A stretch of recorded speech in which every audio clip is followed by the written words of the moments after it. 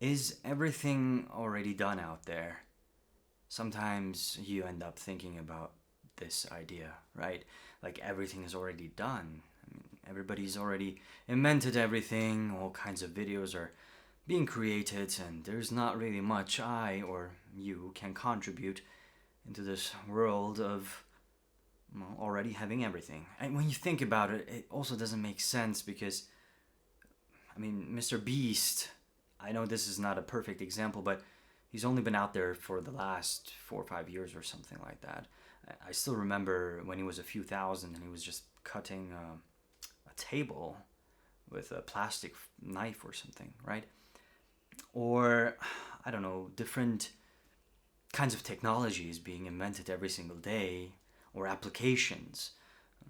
Tomorrow we'll hear about an application that will be sold for $5 billion to another big company. And we'll be thinking, laying in our beds, wait, I thought everything was invented. Why did I not come up with that?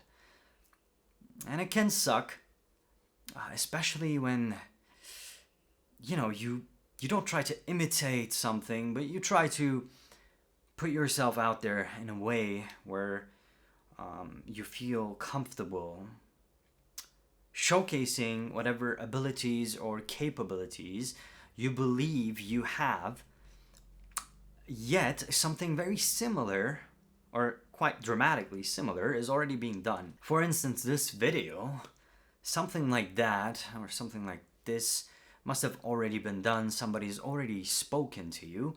Somebody's already looked in your eyes and talked to you the way I try to. And yes, they might have longer hair, they might not have a mustache, or they might have exactly a mustache and this exact shirt that I'm having on.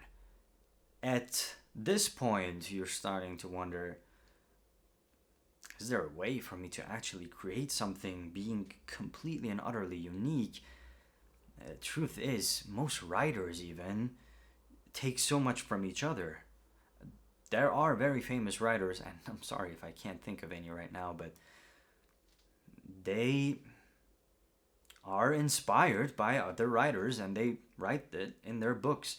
You can actually see certain similarities and topics or just the way of writing. Everybody or many people try to be Kafkaesque because of Kafka's style. If I go out there and if I start writing a book that is somewhat similar to Kafkaesque, a guy goes and starts working at this company where he cannot meet the manager and he's trying to reach the CEO to say something. And if I try to write this book and I put it out there, people will start labeling me as Kafka or wannabe Kafka, basically. Not Kafka, but. And they'll call you names or different things. And I think it's very important that you can see past that. It can be difficult. I have my own difficulties, and it definitely is challenging to move past the hate words or the labels, people calling you names, and people will always say something, and everything is almost actually invented. There are surely things that will still be invented constantly, and there will be new YouTubers or new people arising from the either ashes or from basically new. But why not you as well? You have to at some point be able to take a deep breath and just focus on what you're doing. Look at what it is that you're creating. If it's an imitation of something else, that's okay, because we're constantly imitating life. Writers, even, if they're not imitating other writers, they're imitating the life that's in front of them. They're looking at a person and they're conveying feelings in written words. People, they have sculptures or paintings, and you look at paintings, let's give an example like Francis Bacon, and you see that he's taken an example from his own life or from somebody else's life, like his lovers. People who died, he would then just paint.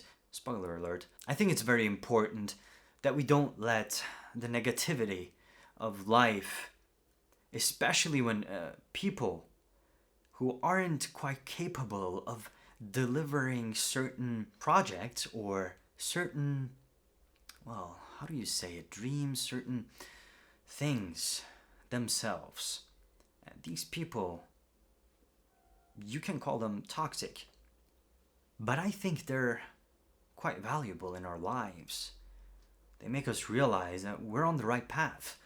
If we're imitating something, if we're trying to become authentic, that's how you begin. You start by imitating whatever it is. A baby doesn't just get up and start running in a dark room. The baby watches people walk, talk.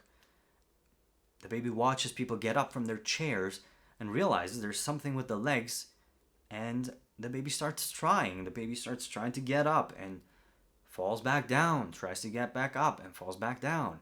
And guess what? Nobody goes to the baby and says, whoa, we're already walking. What's it to you that you're walking? Eventually, though, when the baby starts learning how to walk, it will have his or her own way of walking. It might run differently. It might walk in a much different manner based on its own characteristics, and it will become authentic. I think the way to become authentic is by starting to imitate something, whatever it is. Look around you and imitate a book, a poetry, a video, even. And no, I believe I'm not imitating anybody here, but I might be, and if that's the case, I truly do apologize to that person and everybody that's offended by it. But the only way to find authenticity is by imitating. And if this would fail or flop, it means that I didn't imitate anything and I tried. Well, that's a lie. I am imitating quite a few things out there. These are maybe even corny words that many people already are aware of. But I think authenticity, truth be spoken, is something that comes over time by repetition and constant exploration within you. And I'm sorry if that was somewhat vague. You have to fail to succeed, and that's for another video, I'd say. It really matters that you try to imitate something. Imitation, do they not say it's the greatest form of flattery? If you look at, forgot his name, but he's the actor in Barry, even the producer or director. You know the actor from Saturday Night Live, and I heard, if it's not false, that he also got into Saturday Night Live by imitating and doing a great imitation of Al Pacino. That's the weird thing though, right? Like nobody goes to him and says, wait, we have already an Al Pacino. Why are you trying to be him? And just be yourself. Guess what? That's his way of conveying Al Pacino. And that's a way of being authentic. It's his way of showing something that's already done. It's like taking the color blue and looking from a different lens or a filter or a window, and you see a green or a red. In behind, or the authentic or the real color is still, what did I say? Did I say blue? Okay. It's still the first color that I mentioned, but from behind that filter, it changes. And that doesn't mean it's not authentic anymore. It's just an imitation that is still authentic, or that was shaped to be authentic, and then he became a really great actor, still is today. So maybe our society, and all of us, or many of us, are just being too, not scrutiny, just being too harsh on the idea of imitation or something being repetitive. I'm certain there is shows for people in their lives that they've watched not once, not twice, maybe thrice, maybe even more. I know that many people have rewatched The Office so many times, I myself too, because it's, even though it's repetition and it's constantly seeing the same thing, and at some point you even memorize the scenes, there's no surprises, it feels home, it feels like knowing what will come is actually relieving. There is no surprises. So why should imitation be bad? Why should a repetitive video be bad? If somebody sits on a chair and puts a blue curtain behind them after I post this video and starts talking to you like I do, in a different voice and in a different look, let them even have the exact same look. That would be okay, that's kind of crazy, because it would be like, those creatures, shapeshifters. That would be like a shapeshifter, or it would be my exact same copy or my doppelganger, and I would be delighted to meet them. Either way, I wouldn't have a problem with that, because it's a repetitive video, and if people enjoy watching this and they can take something away from it, then why not watch that too and still take something away from it? Because no matter how many times you watch this video, you're not gonna get 100% out of it. You'd have to, over and over watch again, maybe take notes, or maybe you didn't get anything at all, and that's fine too.